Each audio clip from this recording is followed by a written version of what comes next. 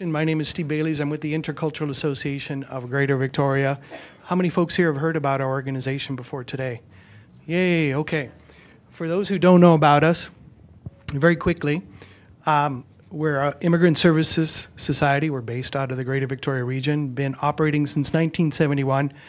Do a lot of things that I think a lot of you folks do here in terms of welcoming immigrants, providing integration services to them, and doing a lot of work in the community with stakeholder groups in terms of building welcoming and inclusive communities.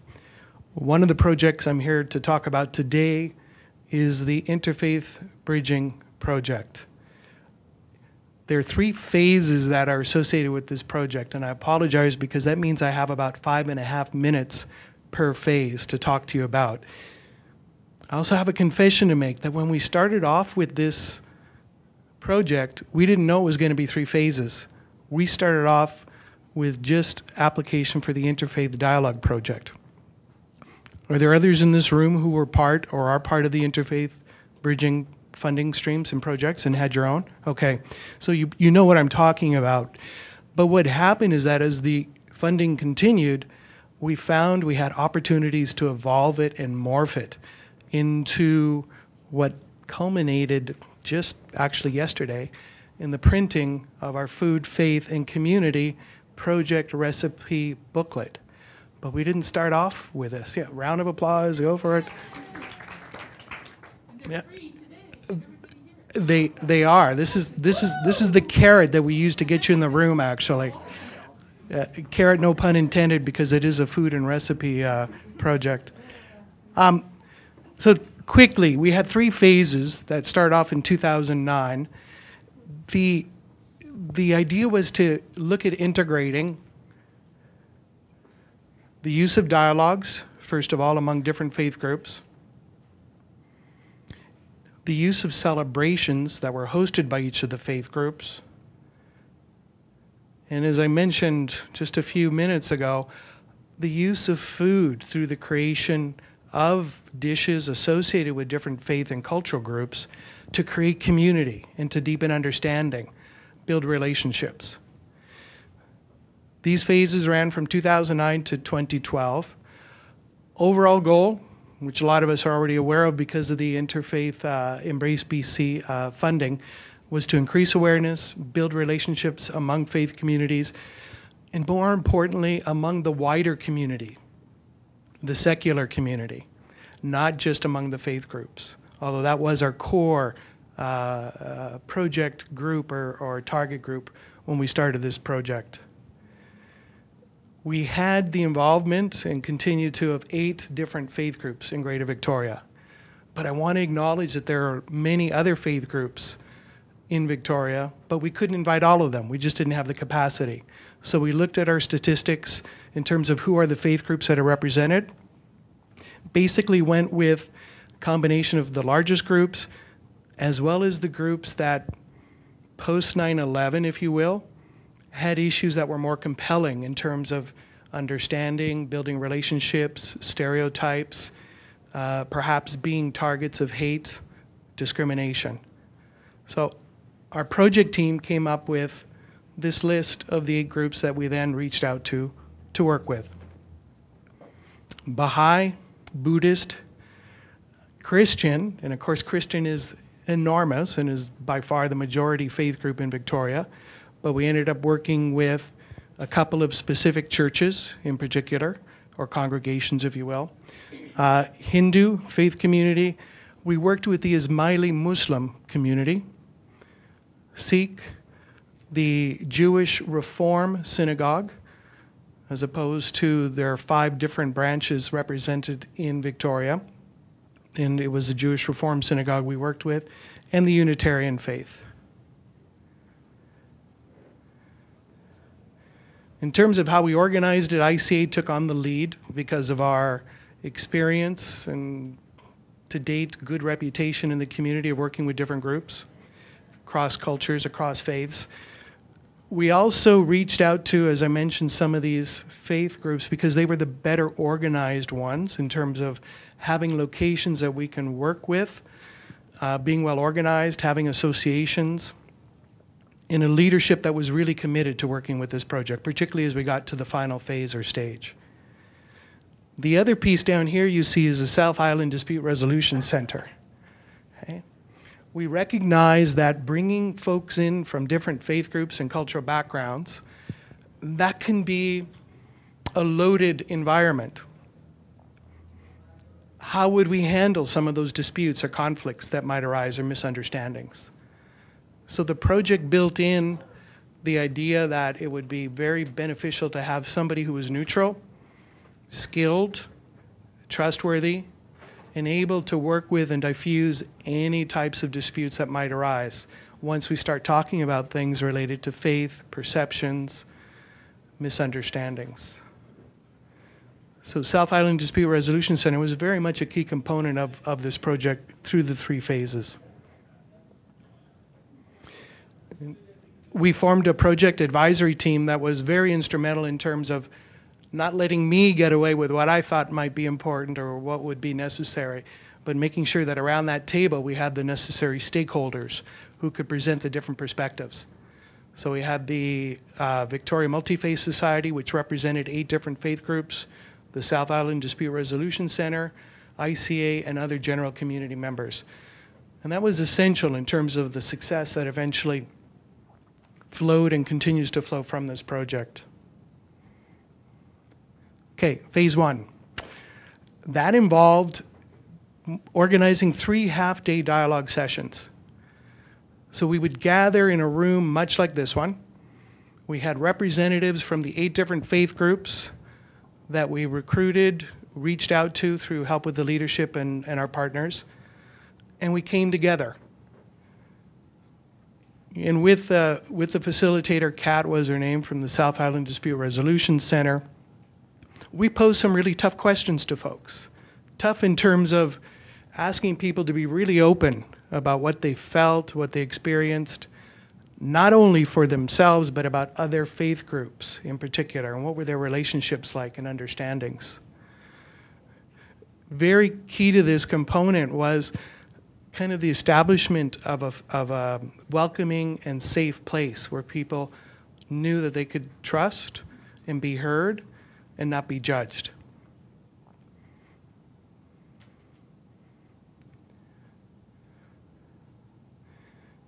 So this is just one of the sessions that we had, and it was held at the Muslim Community Hall.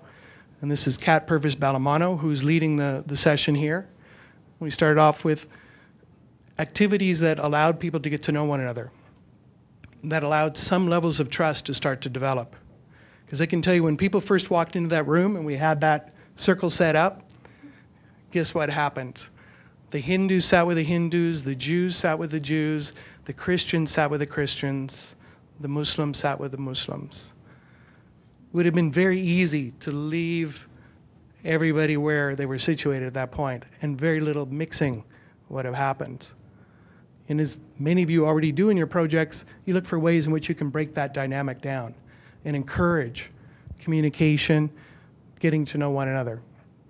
So we had icebreakers, we had team building exercises, and it was remarkable how quickly people began to literally get to know one another, reach out to one another, laugh, share. Some of you have probably already done this kind of exercise, but it's simply getting a large tent pole, which is very light. It's about 6 feet long, asking all the participants to get on either side, and with only 2 fingers, 1 finger on each hand, collectively, without separating your finger from the pole, collectively lower it and then raise it without it going off balance or out of line. And it was remarkable, just remarkable, in terms of the level of engagement that started to happen through these kinds of activities. What we then did, and it's interesting for me to walk into this room and see the graphic tools that are around here, because we use something very similar. I've got 5 minutes? Okay. What we did was we created something called an action plan that they came up with when they started to explore questions around what can we do to build a closer community, increase understanding among faith groups.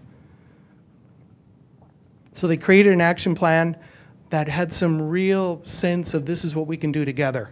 And we got them to commit to carrying out those actions together. There was accountability with it. So that by the end of phase 1, we already had an idea of what we can do for phase 2 and phase 3 with this project.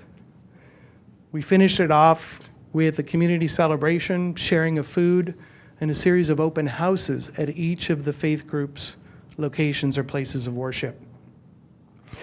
There's the what's called a Planning Alternatives Tomorrow with Hope path, action plan.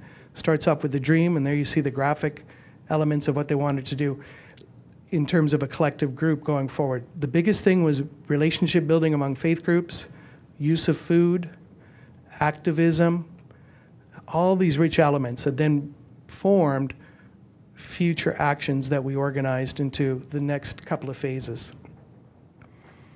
So the other series of elements that we added to this were the open houses that I talked about. We went to the Jewish Community Center, we went to the Hindu temple, we went to the Sikh temple. We were able to visit all the places of worship and participate in their services and have questions answered about the different faith groups, religion, customs, traditions. An example of the Hindu temple in Saanich, and members from the project and participants from the different faith groups coming to learn. We were then hosted to a bit of food and celebration afterwards. And by the end of each of these sessions, folks were exchanging emails, phone numbers, agreeing to meet one another. This was at the Jewish synagogue. That's one of the leaders from the Hindu temple with Rabbi Jenny Lang from the Jewish Reform Synagogue. Not sure who that guy is. The one on the right, and this was an example of how we started to expand the community networking. Doug Newman is staff sergeant and now head of the community partnership team at Saanich Police.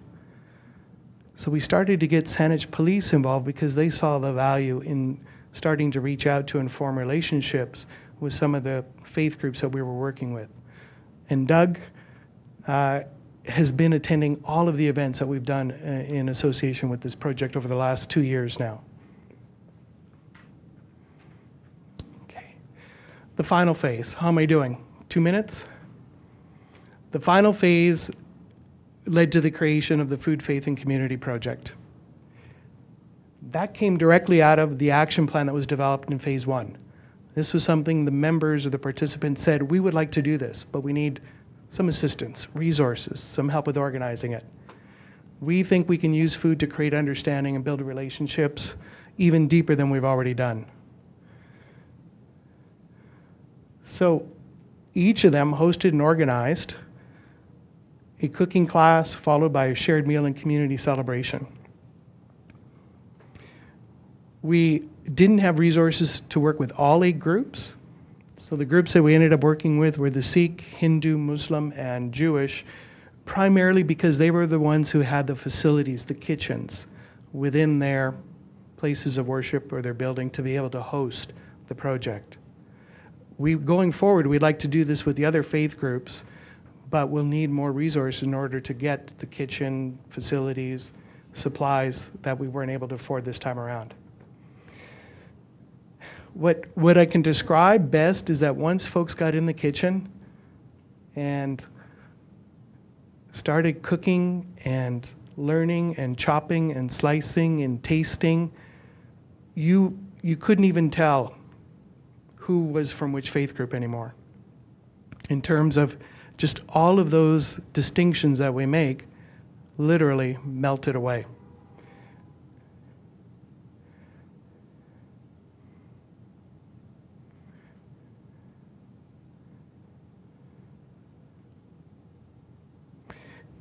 Each class lasted about 2 hours. We had room for 20 participants, and we tried to be representational in terms of taking members from different faith groups there to allow exposure across cultures and faiths.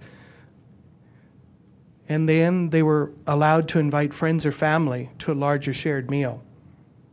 So we had 20 in the cooking class, followed by, on average, about 80 who attended the larger meal in the community hall associated with the place of worship. And that was another opportunity to allow a presentation to take place, learning, understanding, do a tour of the temple or the synagogue or the Jamat Khana, and also to ask questions. And this is just a series of photos here showing some of the presentations that were taking place, the learning that happened. We were very careful as well to make sure that recognition was given, because many of these organizations had never opened up their places of worship to the wider community. We had to help them work through either they were concerned nobody would show up, or people might not like what they saw or experienced, or some of their own members of the congregation might not be accepting of who was coming in from the outside. These were all some of the concerns that we had to work through. So recognition was a very important part in terms of helping the success of it. Yes. Brilliant. So the final piece with my 30 seconds. Okay, I'm gonna do a Clint Eastwood at the Republican Party and just keep going on here. It culminated in the Interfaith Bridging recipe cookbook. And I just picked this up yesterday before leaving the office. So you're seeing this before people in Victoria do. But the project finances allowed for the printing of 200 of these, and we'll be passing them out to all of the project participants and all the faith groups that participated. And now we're going on to phase 4 of the project, which is now going to include storytelling instead of food creation. And my colleague, Paulina Granger, is going to be leading and coordinating that project. And we're looking forward to also the printing of a booklet that will capture all the stories from different faith groups that they'll be developing and sharing in the culminating event, which will be a shared storytelling session for members of the public to come to. We hope at one of our biggest community theaters, the Belfry Theater. So it'll be quite a platform for these different faith groups to come and share who they are, what they are, on a very personal level, but also a community level. Okay. Thank you.